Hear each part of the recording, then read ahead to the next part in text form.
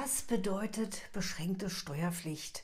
Hat man dadurch einen Vorteil oder doch eher einen Nachteil? Und wann ist man überhaupt beschränkt steuerpflichtig? Darum geht es in diesem Video. Willkommen auf meinem Kanal Jutta Martin Steuern einfach erklärt. Falls du den Kanal noch nicht abonniert hast, so lohnt sich das auf jeden Fall, um nichts mehr zu verpassen. Drücke gern die Glocke, um alle Inhalte mitzubekommen. Und wenn dir das Video gefallen hat, gebe einen Daumen nach oben. Jetzt geht es um die beschränkte Steuerpflicht. Bleib also dran. Wer im Bundesgebiet Deutschland seinen ständigen Wohnsitz oder gewöhnlichen Aufenthalt hat, unterliegt der unbeschränkten Einkommensteuerpflicht. Unbeschränkte Einkommensteuerpflicht bezieht sich auf Steuerpflicht auf alle in- und ausländischen Einkünfte. Es handelt sich um die sogenannte Besteuerung des Welteinkommens. Im Gegensatz zur unbeschränkten Steuerpflicht gibt es aber auch noch die beschränkte Steuerpflicht.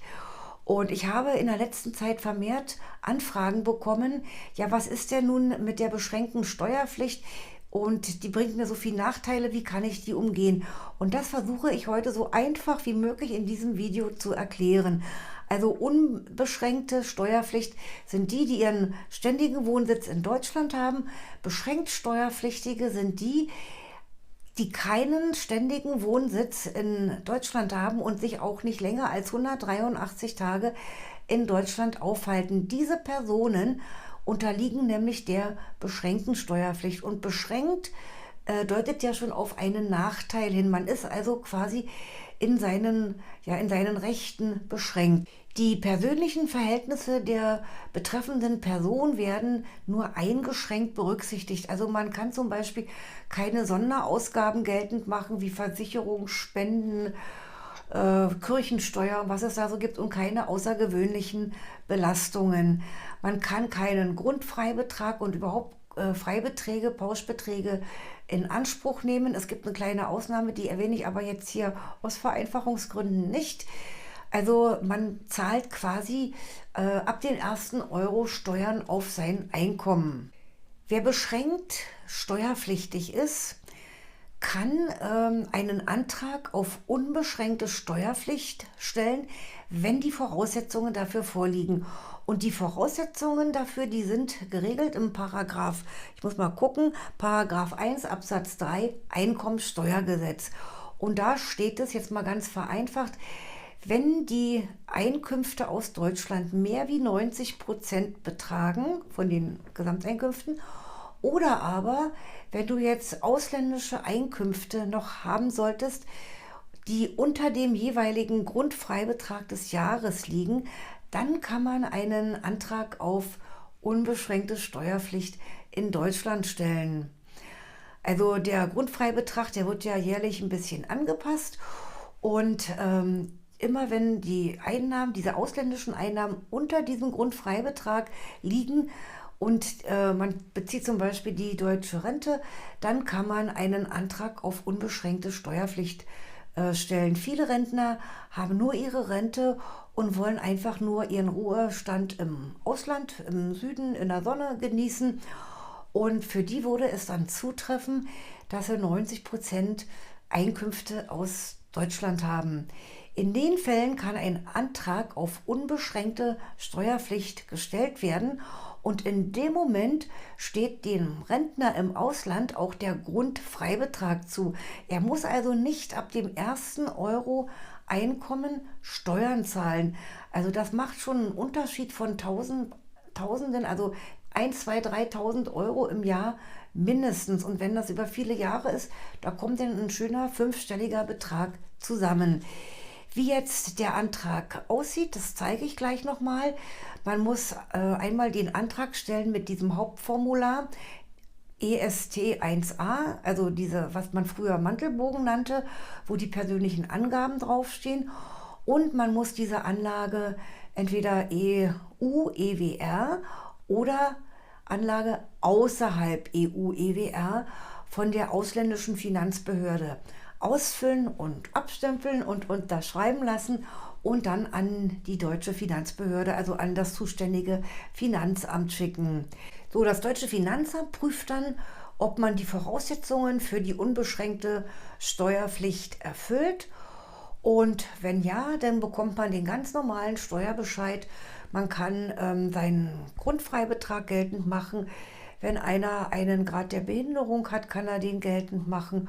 Oder auch Versicherungsbeiträge, Krankenversicherung, Haftpflichtversicherung kann man in dem Fall geltend machen und spart jede Menge Steuern. Wenn jetzt noch Fragen oder Unklarheiten sind, bitte unten in die Kommentare. Ich mache gerne auch noch mal ein Video zur beschränkten Steuerpflicht mit konkreten Beispielen.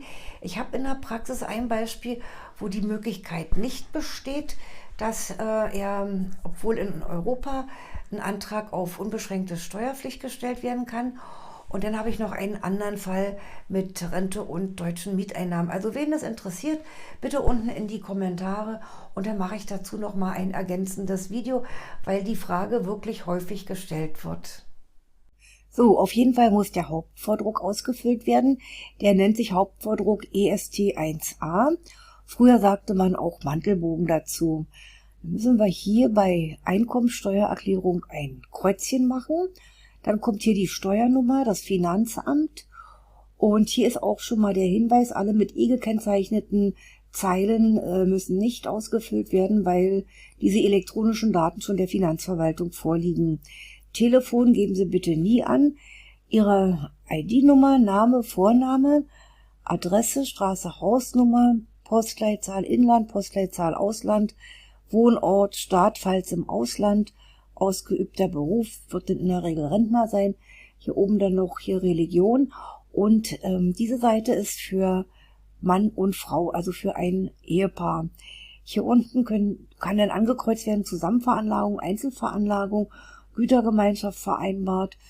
So, das war die Seite 1 und auf der Seite 2 ist immer anzugeben, das steht hier oben auch, Bankverbindung bitte stets angeben, die IBAN und inländisch, ausländisch und die BIC, falls eine ausländische IBAN hier steht, und dann hier Kontoinhaber. Abtretungsvordruck, das brauchen wir nicht. Steuerbescheid soll nicht mir zugesandt werden, sondern das wäre, wenn Sie jetzt einen Bevollmächtigten hätten, also einen Steuerberater oder einen Lohnsteuerhilfeverein. Ansonsten bleibt das hier frei. Vermögensbildung hat man in der Regel als Rentner auch nicht mehr. Dem Progressionsvorbehalt unterliegende Leistungen hat man eigentlich als Rentner auch nicht mehr. Und dann war es das im Prinzip schon hier unten, Datum und Unterschrift. Ja, und dann sind wir mit diesem Hauptvordruck oder Mantelbogen auch schon fertig. So, als nächstes brauchen wir die Bescheinigung EU-EWR. EWR steht für Europäischen Wirtschaftsraum und in der Regel muss hier oben das Kreuzchen gemacht werden und hier kommen die Angaben Ehemann, Ehefrau, hier oben noch welches Jahr es betrifft und dann ganz wichtig hier die Einkünfte, die im Ansässigkeitsstaat der Besteuerung unterliegen. Und wenn keine Einkünfte vorhanden sind, dann muss ja immer alles ausgenullt werden, also eine sogenannte Nullbescheinigung. Hier unten kommt dann Datum, Unterschrift, also wenn jetzt ein Ehepaar ist, müssen beide unterschreiben. Hier die Bezeichnung der ausländischen Steuerbehörde, Ort, Datum und hier ganz wichtig der Dienststempel und die Unterschrift. Und hier steht auch schon Ausfertigung für das deutsche Finanzamt. Und es sind insgesamt 3 Seiten. Das dritte Blatt ist hier Ausfertigung für die ausländische Steuerbehörde. Also die ausländische Steuerbehörde macht 2 Ausfertigungen, eine für Deutschland und eine für das betreffende Land. Und dann geht das nach Deutschland und hier steht schon nur vom Finanzamt auszufüllen. Hier bei Alleinstehenden, bei Ehegatten und dann wird das hier ja entsprechend vom deutschen Finanzamt ausgefüllt. Wichtig ist, dass man die richtigen Bescheinigungen einreicht. Ja, das war für die EU und für Europäischen Wirtschaftsraum und das andere zeige ich gleich noch. Ja, und für alle, die nicht innerhalb der EU oder des Europäischen Wirtschaftsraums sich aufhalten oder ihren Wohnsitz haben, die müssen dann diese Bescheinigung außerhalb EU-EWR ausfüllen. Und hier kann man schon sehen, kann man nur für eine Person eintragen. Eben innerhalb der EU konnte man von Ehepaaren beide Daten erfassen. Hier geht das nur noch für ein. Hier oben eben die Jahreszahl eintragen, für welches Jahr das jetzt ist. Also in diesem Fall wäre es jetzt für 2021. Dann hier die Angaben zur Person, Geburtsdatum, Staatsangehörigkeit, also ganz normal. Wichtig ist dann hier Einkünfte, die im Ansässigkeitsstaat der Besteuerung unterliegen. Das wäre denn hier Bruttolohn, Werbungskosten oder eben andere Einkünfte. Also manche haben im Ausland vielleicht noch Vermietung und Verpachtung oder auch ausländische Renten. Wenn jetzt hier überhaupt keine Einkünfte dieser Art bezogen werden, dann soll hier auch alles ausgenullt werden und eine sogenannte Nullbescheinigung eingereicht werden. Hier ist auch wieder wichtig Datum und Unterschrift, Name und Anschrift der ausländischen Steuerbehörde und hier das Jahr wieder, Ort, Datum und ganz wichtig der Dienststempel mit Unterschrift. Hier unten steht dann nochmal Ausfertigung für das deutsche Finanzamt. Auf der Seite 2 steht auch wieder nur vom deutschen Finanzamt auszufüllen. Und das dritte Blatt ist fast identisch mit dem ersten, außer dass hier unten steht zweite Ausfertigung für die ausländische Steuerbehörde. Also wenn man diesen Antrag auf unbeschränkte Steuerpflicht stellen möchte, dann diesen Hauptvordruck zusammen mit dieser Bescheinigung, entweder EU-EWR oder Bescheinigung außerhalb EU-EWR.